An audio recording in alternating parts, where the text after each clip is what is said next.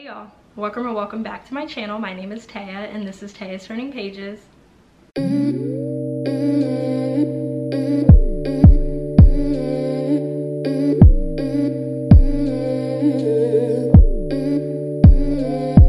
By the title of today's video, you can tell that this is going to be a big old book haul. So I did let these books accumulate over the past couple of weeks, which I shouldn't have done because now this is going to be a bitch to edit, but we're gonna get through it like we always do. I think I have about like 20 or 21 books here. I definitely will count them all at the end and you guys will see it in the title. Some of them I did by myself and some of them were gifted to me by the publisher or by some of my Bookstagram friends, so I will definitely let you guys know when I get to them. But I do have a lot of books here, so I am going to break it up by genre and I will leave timestamps down below so that way you can jump around to whatever genre you want to watch, because I do have a little bit of everything here. I am very surprised at myself. I think I have everything here but nonfiction, which is very strange for me, but it's fine, it's fine. Anyways, we do have a lot of books to get through, so let's get started. The first romance book that I have here is Hook, Line, and Sinker by Tessa Bailey. So yes guys, I finally got my hands on the long-awaited sequel to It Happened One Summer and I'm so excited. So this story actually follows Hannah, who is Piper's sister, as well as Fox, who is Brendan's best friend. And if you guys read It Happened One Summer, then you obviously know who these characters are, but I'm really excited to dive into this one and to learn more about Hannah as well as Fox, because I feel like we didn't really get to know too much about Fox in the first book, whereas we did get to really see a glimpse into Hannah's character and what she liked and what she didn't like. But Fox, I felt like we still only scratched the surface, so I'm really excited that this book is going to focus on him and Hannah's storyline, and we're going to see how these two are compatible. So yeah, really excited for this one. I'm not sure when I'm going to get to it. I'm probably going to save this for April just because I have so many books on my March TBR, but trust me, I will be getting to this very soon because y'all know how much I love Tessa Bailey as an author and how much I love these characters, so I can't wait. Last romance book that I have here is After I Do by Taylor Jenkins Reid. So this one is actually a surprise to me because I didn't think I would ever pick up this book or really any of Taylor Jenkins Reid's like contemporary romance books. I do have the Seven Husbands of Evelyn Hugo as well as Malibu Rising on my TBR cart, but I don't have any of her other books, and I didn't really know that Taylor Jenkins Reid wrote contemporary romance until I got onto BookTube and really started watching other people's videos. I've seen a few people talk about this book in particular, as well as one of her other books, which I think is called One True Loves or One True Love or something like that, but this one really piqued my interest. So this is actually about a married couple who are going through like a very tumultuous time in their marriage. They're on the brink of divorce, but they decide to, I think, like separate for a year, and this separation means that they will not talk, they will not see each other or anything like that for this entire year, and I think they're free to do whatever they want essentially. And I think this is supposed to be like an eat, pray, love type of situation in terms of they get to just like, you know, find themselves and figure out what they really want out of their relationship, and if they even want to be in a relationship or a marriage anymore, or if they want to move forward and be single and meet other people, etc. So I know that this is going to be a very hard-hitting book because these type of topics are never easy to talk about or read about. Like, we don't have a lot of books that focus on how difficult marriage can actually be, and also just being in a long-term relationship can be difficult. So I'm really excited to see how Taylor Jenkins Reid handles this situation and where the story goes, because I don't really know, but I'm really excited nonetheless. Okay, and now moving on to a genre that I said I would never ever read in my life, but y'all, I have three books in the genre, more than I have in the genres I actually love, like romance. New year, new me, am I right? So the next genre that we have here is fantasy. Who is she? I don't know. Who is she? Who is she? I don't know her. If y'all watch my videos consistently, then you guys know that I do not read fantasy. That is not my cup of tea. That is not my jam. I stay away from fantasy. But I found 3 fantasy books that I feel like I would actually really enjoy, and I'm a little scared because what does this mean for me? I don't know. The first 2 books that I have here are actually part of a series. I know, like, look at me, already coming out the gate swinging with the series, but the series that I have is Spin the Dawn by Elizabeth Lim, and then I also have the second book, which is Unravel the Dusk. So I am very shocked by this purchase, but I'm also not, because this story actually, or this series actually follows a young girl named Maya who is really good at sewing dresses and making dresses. She wants to be like the chosen seamstress of like the emperor of their, like, you know, homeland, but because Maya is a a girl, she unfortunately cannot even be considered for that role because it is only designated for men. Somehow Maya finds herself in the situation where she has to sew this dress, I think from the sun, the moon, and the stars, and she has to go on this journey in order to do that. And she ends up going on this journey with this guy, and I think her and this guy end up like falling in love. But the story does follow Maya trying to become the emperor's seamstress essentially. It has been coined as Mulan meets Project Runway, and two things about me: I love fashion, so I knew that this is going to be right up my alley because it has those fashion elements in it. But I also love Mulan. Mulan is one of my favorite movies, and I just love what Mulan stands for. And I also actually have a Mulan tattoo on my forearm right here. Hopefully the camera picks it up because I really don't know, but hopefully you guys can see it from a distance at least. But yes, I do have a Mulan tattoo on my forearm because I'm a huge fan of Mulan, and again, the story that is Mulan. So once I found out that this series has that tied up into it, I knew I was gonna have to pick this up. Now, I did get both of these books from, I think, Waterstones. I will leave the actual like website link down below so that way you guys can check it out, because I really like the UK editions of these books versus the US edition. I prefer the UK editions to these books. I think that these are absolutely stunning if my camera would actually focus. But like, do y'all see that pink? Oh my gosh, beautiful.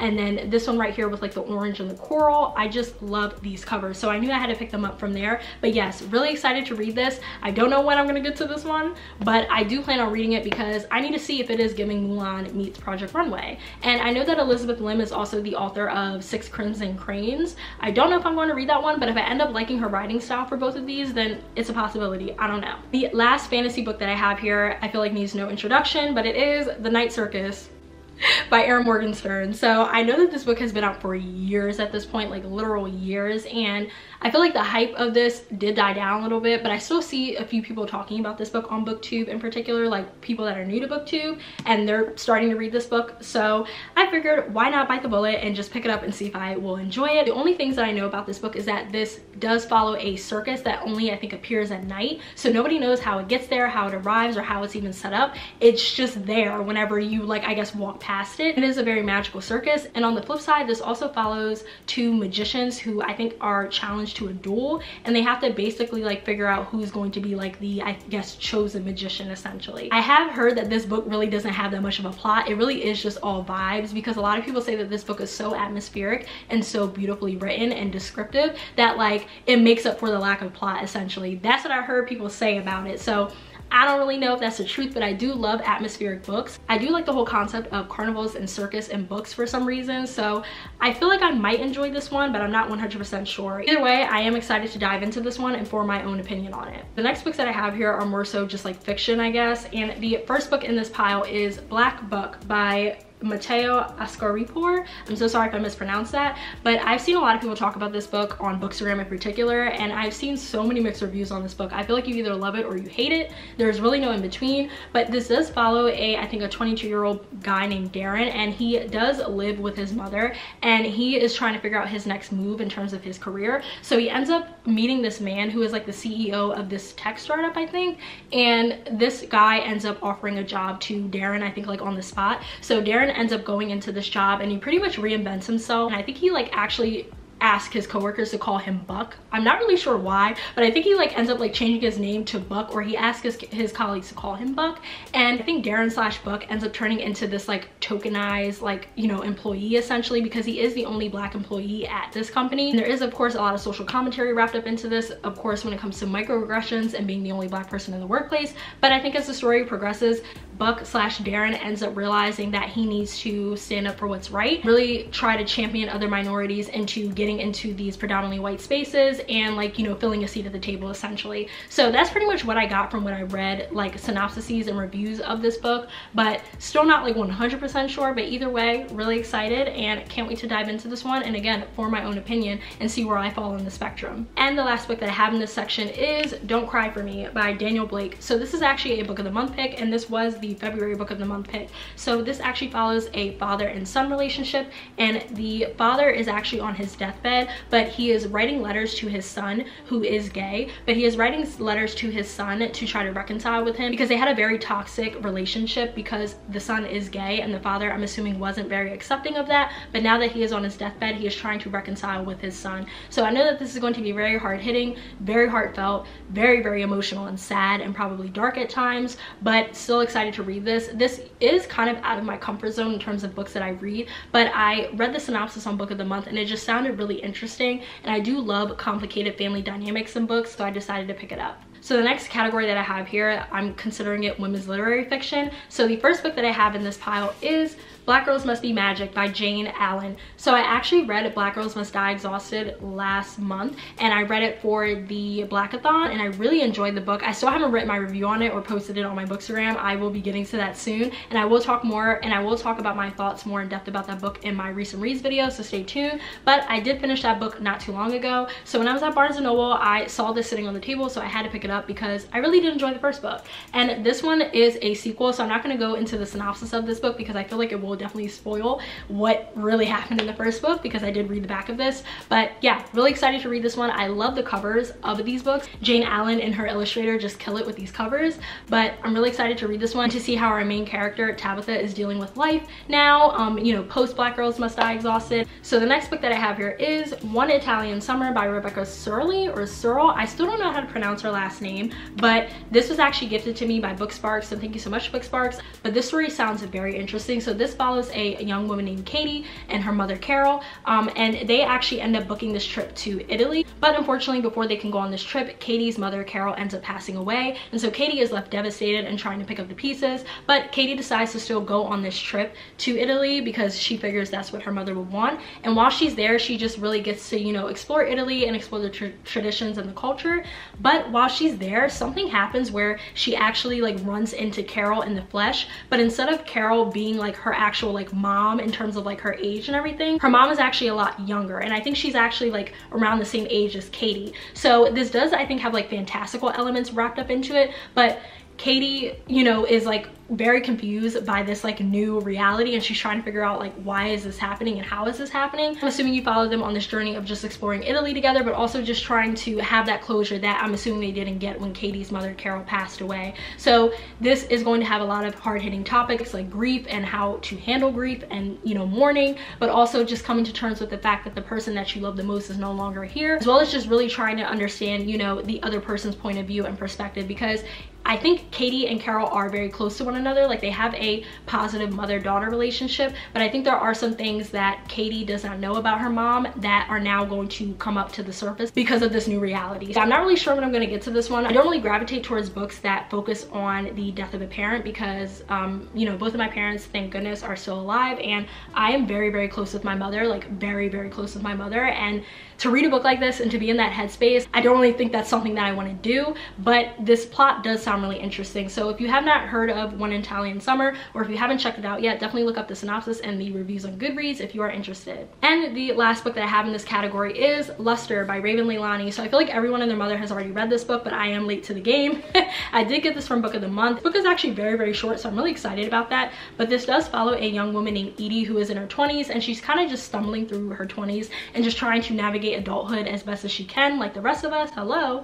But she ends up, I think, getting into this affair with her boss, and her boss is actually married, and I think his wife ends up finding out. But instead of her being very upset about it, I think she's like okay with it, because I think her boss and his wife have a like non-monogamous relationship, so an open relationship, and the wife ends up like really like welcoming Edie into their life, to the point where Edie actually like ends up meeting their daughter.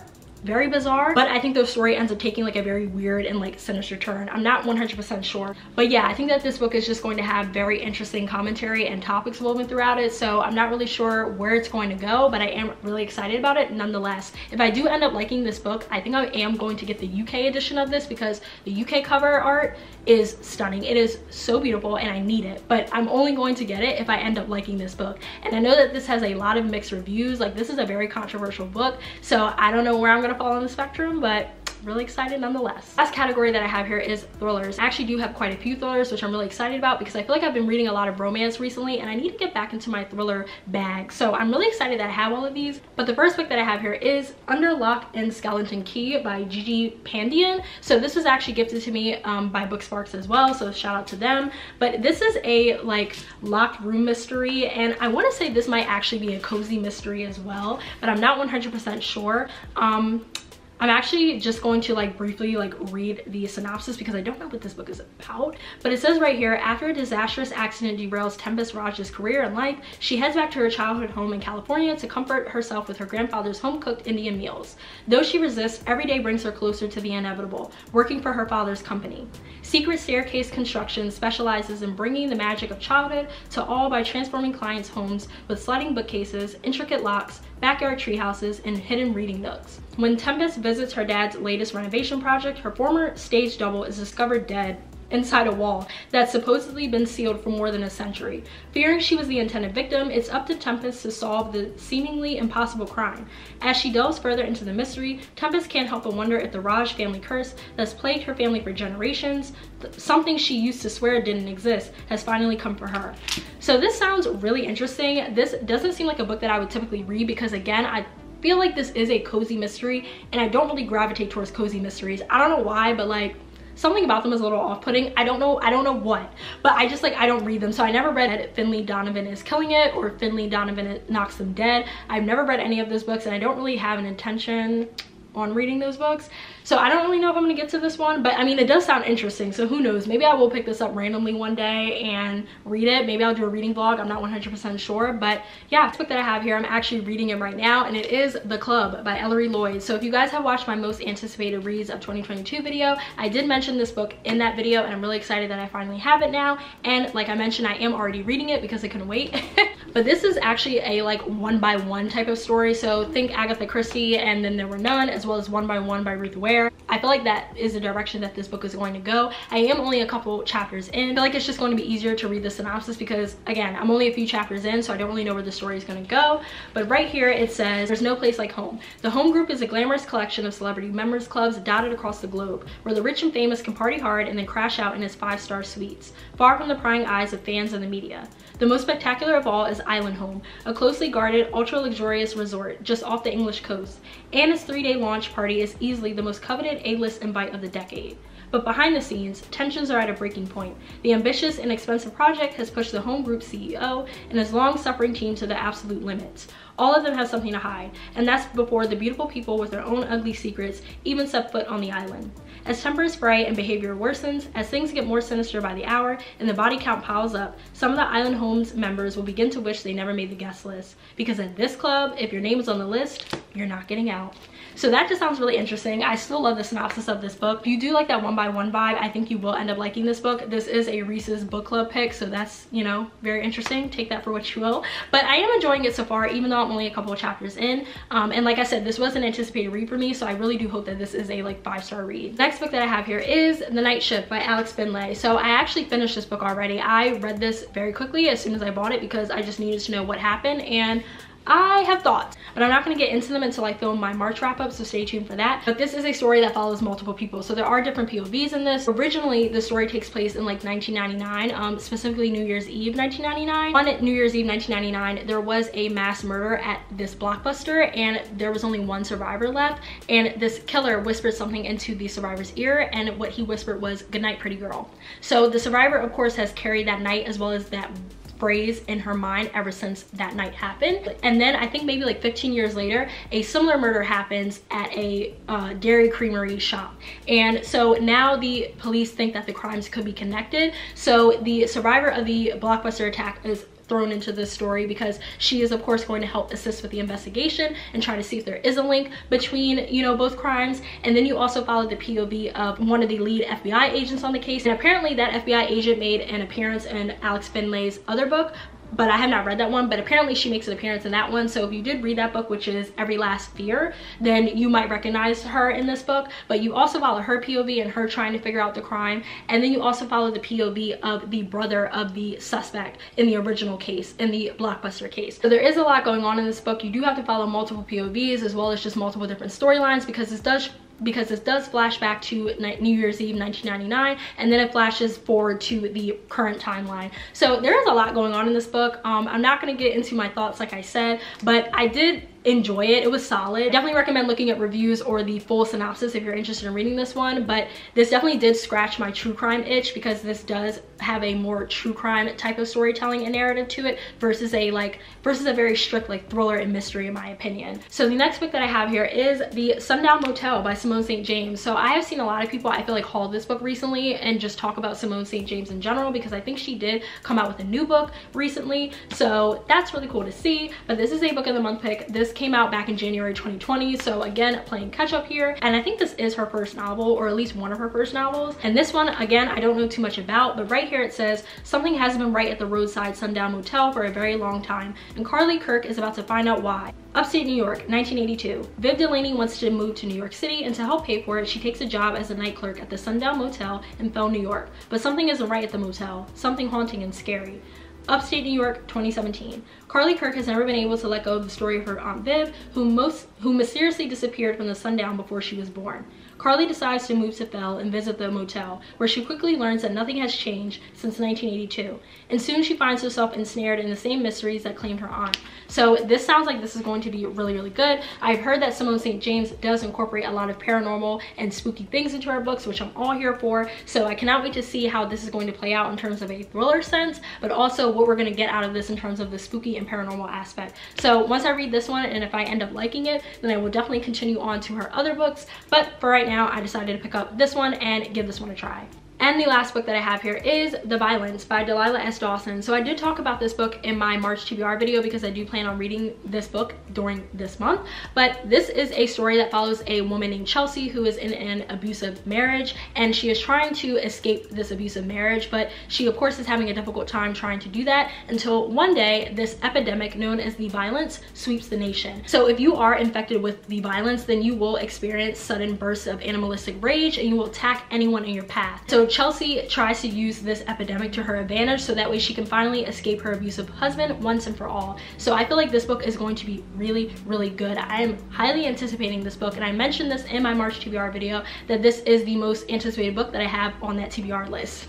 So I can't wait to read this one. This one is probably going to be the last book that I read for March, because this is a bit of a chonker. This is about like 500 plus pages, so I get really like when thrillers are that long, because it's like, does it need to be that long? Could we have cut some of this out? But I'm going to go into it with an open mind, because there's probably a lot of topics explored in here that require it to be 500 plus pages. I also heard that this is a feminist type of novel as well, so really excited to dive into this one and to see how this all plays out. All right, y'all, and those are all of the books that I have collected recently over the past couple of weeks, and I'm really, really excited about all of them, and I cannot wait to get to all of them. Of course, there are going to be a few of these on my TBR cart, and then the rest are just going to go on my shelves, and then I'm going to pick them when I pick them, because I just have so many books that I have to get through. It's honestly insane how I just keep building my library, knowing that I have so many books that I have to get through, especially on my iPad. I don't even talk about the books that are on my iPad like digitally. I don't even talk about ebooks, because we will be here all day. Those are most of the books that I have collected recently. Now I will be filming a part 2 to this, because I actually purchased a lot of historical romance books recently, because I am on a historical romance kick, but this video is already going to be very long, I feel like, so I'm going to just film those in a separate video and just show them all to you guys there, because I want to talk more about historical romance in just like its own video, because it's what it deserves. So stay tuned for that if you're interested. But I hope you guys enjoyed this video. Please make sure you like, comment, and subscribe, and make sure you follow me on Bookstagram as well as Storygraph. I always leave that information linked down below, as well as at the end of the video. I hope you guys enjoyed this video, and I will see you in my next one. Bye.